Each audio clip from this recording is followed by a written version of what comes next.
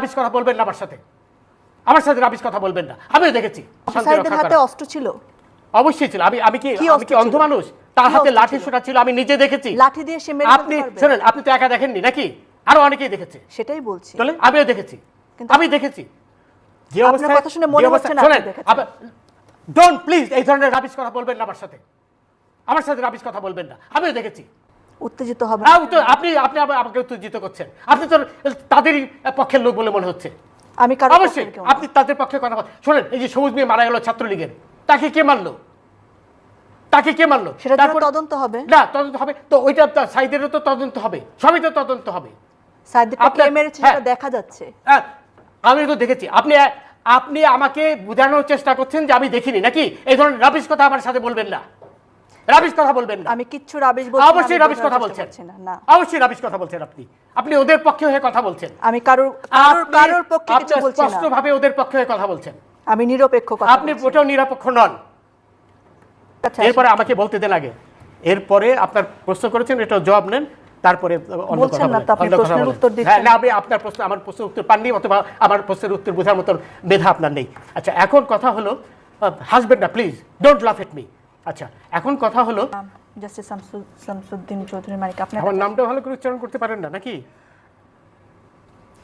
এটি থেকে বোঝা যাচ্ছে যে আপনি আমার প্রতি আক্রোশ নিয়ে এখানে বসেছেন। আমি যেটা বলেছি ঠিকই বলেছি, এবং আপনার প্রতি যেটা আপনি আমাকে অপমান করেছেন, আমার নামটা পর্যন্ত আপনি ঠিক মতো উচ্চারণ করতে পারেন না। আপনার লজ্জা হওয়া উচিত।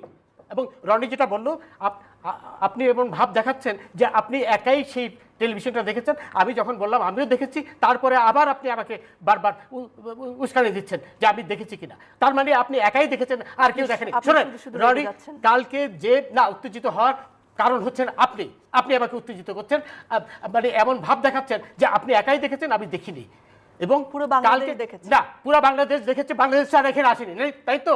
আমিও তো দেখেছি। আমি কি অন্ধ ছিলাম? অবশ্যই আপনি বাংলাদেশ। তাহলে আবার আমি যখন বললাম আমি দেখেছি, তারপর তো আপনার অ্যাঙ্কর হিসেবে আপনার চুপ হয়ে যাওয়া উচিত ছিল। আপনি আবার আমাকে খোঁচাচ্ছেন। শুনেন, এইখানে আমাকে বলতে দেন প্লিজ লেট মি স্পিক। আমাকে বলতে দেন। আপনি কালকে চিটাগাঙে 12 জনকে ছাদের থেকে ফেলে দিয়েছে এই শিবিরের লোকরা, সেটা আপনার কোনো খবরে আসেনি, আপনি সেই কথাটা তুললেন না। আপনি সেই একজনের কথা যারা প্রাণ দিয়েছে আপনি কি বলেছেন এই কথা যে কালকে 12 জনকে ছাদের থেকে ফেলে দিয়েছে শিবিররা? আপনি সেটা বলেননি তো, বলবেন না। আপনি তো আমাকে কিছু বলার সুযোগই দিচ্ছেন না। আপনি তো শুরুই করেছেন এইভাবে যে আপনি পরিষ্কারভাবে প্রমাণ করেছেন আপনি তাদেরই লোক। আমি আবার রিপিট করছি, I have no hesitation in saying that.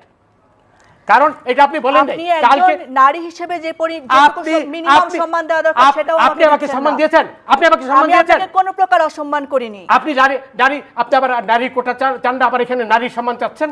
আপনি কোটার সম্মান লিসেন টু মি। আপনি আমাকে প্রথমেই বলেছেন যে আমি দেখিনি, আপনি একাই দেখেছেন। এর চেয়ে বড় অসম্মান কি হতে পারে? অবশ্যই বলেছেন। আপনি আকার ইঙ্গিতে বলার চেষ্টা করেছেন।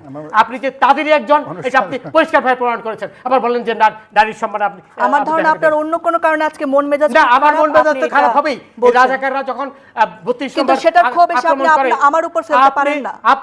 আপনি শুরুই করেছেন তাদের পক্ষে নিয়ে কথা বলার জন্য। আমি এখানে আপনার সাথে যুদ্ধ করতে বসিনি, আমি আপনাকে প্রশ্ন করতে বসেছি। আপনি তাদেরই একজন লোক হয়ে এখানে বসেছেন।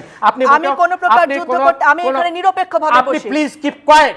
আপনি এখানে অ্যাঙ্কার হিসেবে যে নিরাপত্তার দায়িত্ব সেটা আপনি পালন করেননি বলেই আমি উত্তেজিত হয়েছি। আবার নারীর কথা বলছেন আপনি শুরুর থেকেই। এখন এই যে 12 জনকে আপনার ছাদে থেকে ফেলে দিল, এই কথাটা তো বলেননি। এই কথা দিয়ে আপনার শুরু করা উচিত ছিল। সেই 12 জন হাসপাতালে করছে, সেটা দিয়ে আপনার শুরু করা উচিত ছিল কথা। এখন